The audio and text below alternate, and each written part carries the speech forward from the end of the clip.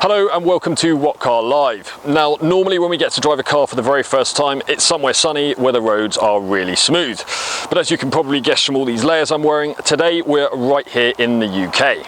And the car we're driving is the brand new Skoda Kodiaq.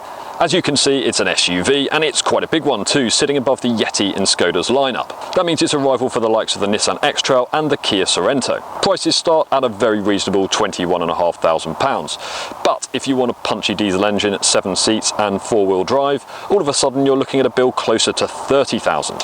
What does that get you? Well, it gets you a really nice interior for starters. I mean, seriously, you'd have to go for a premium badge to get anything nicer than this inside, and that would mean spending a lot more money.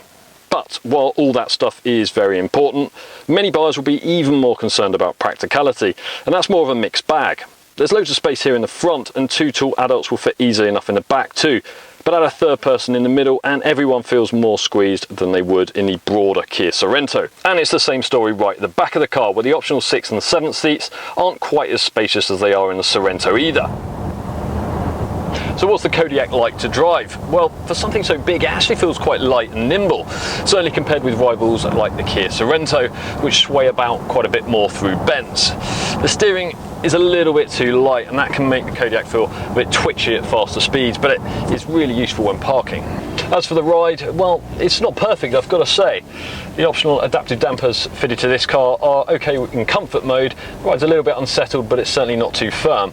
But if you choose one of the sportier settings, especially sport mode, the ride gets really quite firm, and given this isn't really a car that's designed to be driven quickly, we don't see the point. This car has the 148 brake horsepower 2-litre diesel engine that Skoda reckons is going to be the best seller, and it suits the car really well because you don't have to rev the engine too hard to get up to speed quickly.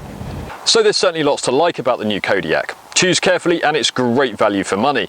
And while it might not be quite as big or as practical as rivals like the Kia Sorento or the Hyundai Santa Fe, it is a bit sharper to drive than both of those cars, and it's a bit smarter inside. For lots more information, check out our full 16-point review on whatcar.com.